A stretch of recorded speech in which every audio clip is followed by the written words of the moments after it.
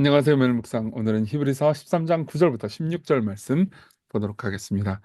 네, 이제 사실 13장은 이제 마지막 교훈의 이제 내용인데요.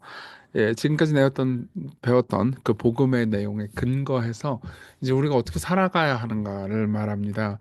그래서 우리가 어제 봤던 것은 이제 공동체의 중요성에 대해서 봤잖아요.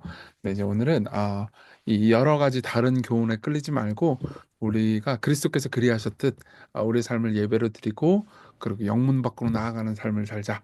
이렇게 내용을 보려고 합니다. 내용 볼게요. 여러 가지 다른 교훈에 끌리지 말라. 그러니까 그때 당시 이단적인 교리들이 많이 있었던 거죠. 그렇죠? 근데 이단적인 교리의 핵심 뭐냐?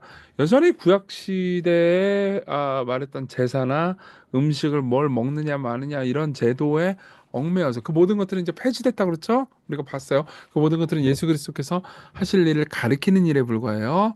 근데 여러 가지 그 다른 교훈에 이제 더 이상 이끌지 마라. 복음이 충분하다. 복음으로 말미암아서 우리가 다 받았다라고 이야기를 합니다. 그러면서 마음은 은혜로서 굳게 함이 아름답고 음식으로서 할 것이 아니니 음식으로 말미암아 행한 자는 유익을 얻지 못하느니라. 여기서 음식은 뭘 의미하는 거죠? 그 우리가 음식을 먹어야 은혜를 받는다 이런 의미일까요? 아니 그게 아니고 여기서 말하는 음식은 음식법들. 그러니까 무슨 음식은 먹고 무슨 음식은 먹으면 안 되고 그 레위기에 나오는 여러 가지 폐지된 예법들 있죠. 그걸로 말미암아서 유익을 얻지 못한다. 오히려 은혜로 굳게 함이라.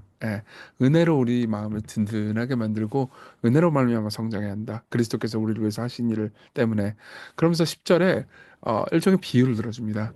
우리에게 제단이 있는데 장막에서 섬기는 자들은 그 제단에서 먹을 권한이 없나니 이는 죄를 위한 짐승의 피는 대제사장이 가지고 성소에 들어가고 그 육체는 영문 밖에서 불사름이라. 무슨 말이냐면은 구약 시대 때 제사를 지낼 때는 이 저기 짐승을 가지고 오잖아요. 그러면 제단에서 피를 뿌려요.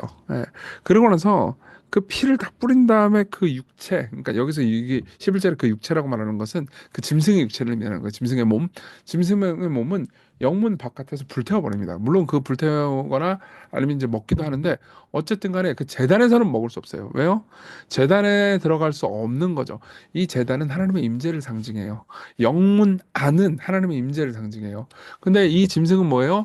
우리가 저지른 죄를 전가받아서 피를 뿌림당하고 그리고 이 짐승의 육체는 버림을 받아요. 영문 바깥으로. 이해되시죠? 그렇죠? 그래서 우리는 영문 안에 있을 수 있다. 이거죠. 이게 그때 당시 제사 제도의 핵심이었습니다. 그러니까 짐승의 육체를 먹느냐 안 먹느냐로 우리가 깨끗해져요? 아니죠. 이 짐승이 피를 흘림으로써 고통당함으로써 우리가 깨끗해진다는 거죠.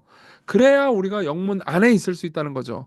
근데 우리가 영문 안에 있기 위해서 짐승은 영문 밖에서 불태워졌죠. 그렇죠. 여전히 불에 대한 은유가 있어요. 왜냐하면은 12장 29절에 보면 우리 하나님 소멸하는 불이시다 이런 말씀이 있잖아요. 그걸 계속해서 기억하게 만드는 거죠. 그러니까 짐승이 우리 대신 소멸하는 불의 저주를 받은 거예요. 하나님의 진노를 받은 겁니다. 이거는 우리로 하여금 예수님을 생각 안 하게 할 수가 없죠. 그래서 12절 그러므로 그리스도 예수도 자기 피로써 백성을 거룩하게 하려고 성문 밖에서 고난을 받으셨느니라. 그런즉 우리도 그의 지옥을 짊어지고 영문 밖으로 그에게 나가자. 실제로 그분도 성전 바깥에서 골고다 언덕에서 고난을 당하셨죠. 왜 그분이 성전 안으로 들어가지 못하셨을까요? 왜 하나님의 임재 안으로 들어가지 못하셨을까요? 왜 그분이 나의 하나님 어찌하여 나를 버리셨나이까라고 말하면서 그분의 임재를 받는 게 아니고 그분의 저주를 받으셨을까요? 우리가 하나님의 사랑을 받도록 하기 위해서 그분이 영문 밖으로 나가셨습니다. 그러면서 이렇게 얘기합니다. 우리가 여기에는 영구한 도성이 없으므로 장차 올 것을 찾나니. 그러니까 이제 그러면서 뭐라 그러면 지금 이 도성, 이 영문 안 이게 우리의 위로가 아니다. 그러므로 우리는 예수로 말미암아 항상 찬송의 제사를 하나님께 드리자. 이는 그 이름을 증언하는 입술의 열매니라. 오직 선을 행함과 서로 나누어 주기를 잊지 말라. 하나님은 이 같은 제사를 기뻐하시니라. 그러면서 뭐라 그래요? 우리가 찬송의 제사를 하나님께 드리고 그리고 영문 밖으로 나아간 우리 구주 예수 그리스도의 삶을 따라서 우리의 삶도 제사로 드리자. 그러니까 우리도 같이 영문 밖으로 나가서 세상을 섬기자. 이렇게 이야기를 하는 내용입니다. 자, 내용 살펴봤고요. 우리 적용해 봅시다. 첫째, 우리 삶의 진정한 예배가 무엇인가? 첫째로는 우리는 찬송의 제사를 지켜 드려야 됩니다. 그러니까 무슨 말이냐면 이제 구약에 피 흘리고 이런 제사는 이제 다 끝났어요. 예수께서 이제 했어요. 그러면 제사를 드린다는 건 뭐냐? 예, 우리를 희생해가지고 우리의 공로를 하나님께 잘 보이는 이제 더 이상 그건 제사가 아니에요. 뭐냐? 하나님께 우리가 받아들여졌기 때문에 감사함으로써 그분 안에서 행복해 할 때, 그분을 찬양할 때, 찬양이라는 거는 노래 열심히 불러라 이런 의미가 아니에요. 정말 우리가 기뻐하는 게 있으면 어떻게 해요? 우린 찬양을 불러요. 예. 여러분들이 냉면을 먹을 때 너무 맛있잖아요. 냉면 너무 맛있다. 예, 냉면을 향한 찬양, 혹은 냉면을 만든 사람을 향한 찬양이잖아요. 그렇죠? 예, 어떤 음악을 들을 때 너무 아름다우면 와, 저 음악 너무 좋다. 그러면서 찬양을 하잖아요. 그렇죠? 그리스도께서 우리를 위해서 하신 일이 너무 아름답잖아요.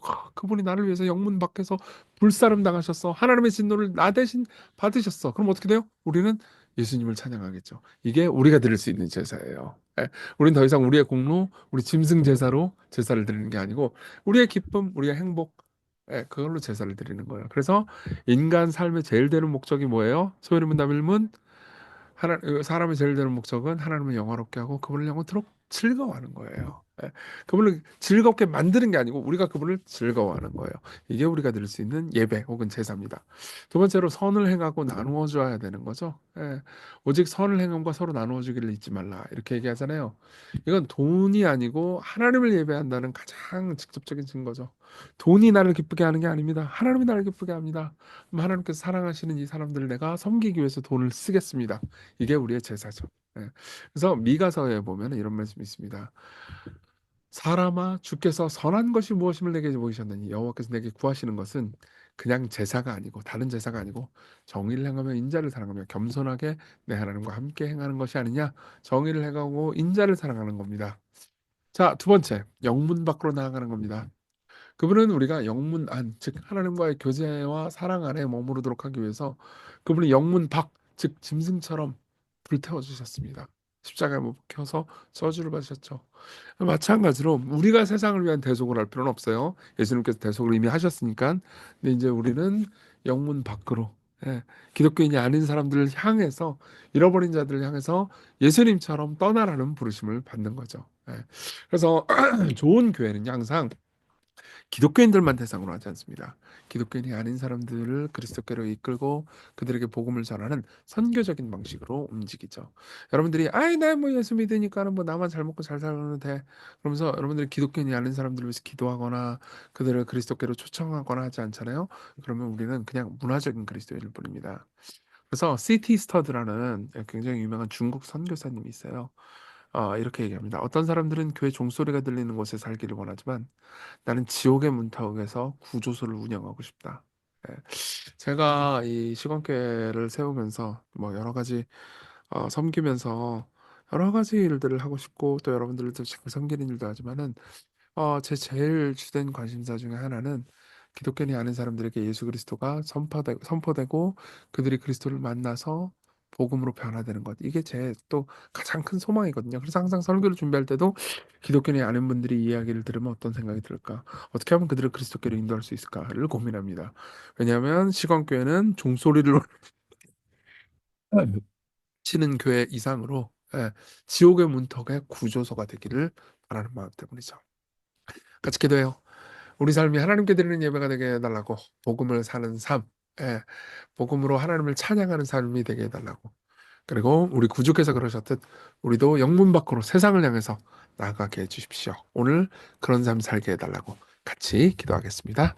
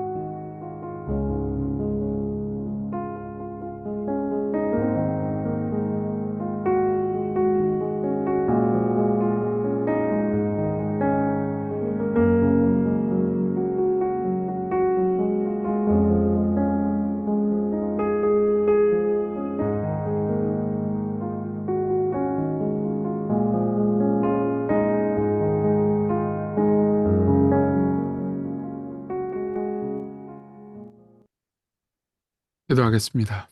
은혜로우신 주님, 우리의 삶이 주께 드리는 예배가 되게 해주세요. 우리 구주를 따라서 우리도 영문 밖으로 세상으로 섬기는 사람들이 되게 해주세요. 예수님 이름으로 기도했습니다. 아멘. 네, 하나님의 은혜 안에서 오늘 기쁜 하루 되세요.